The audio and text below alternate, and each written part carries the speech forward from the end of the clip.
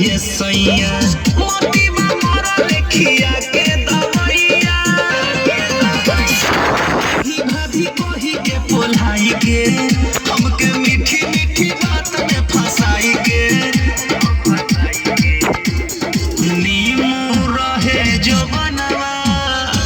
दबिया नार कोइल बा नीमू रहे जो दबिया नार कोइल बा हम ना छिनार रहनी देवरे छिनार कोइल बा हम ना छिनार रही साला देवरे छिनार कोइल बा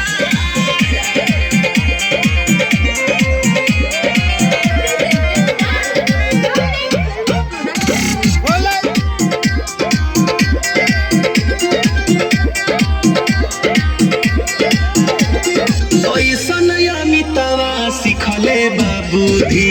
करता अमरी लगा के दूध दूधी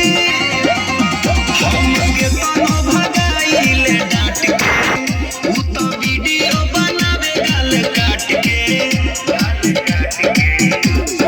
बोल बुता के हवा पूरा अन्हार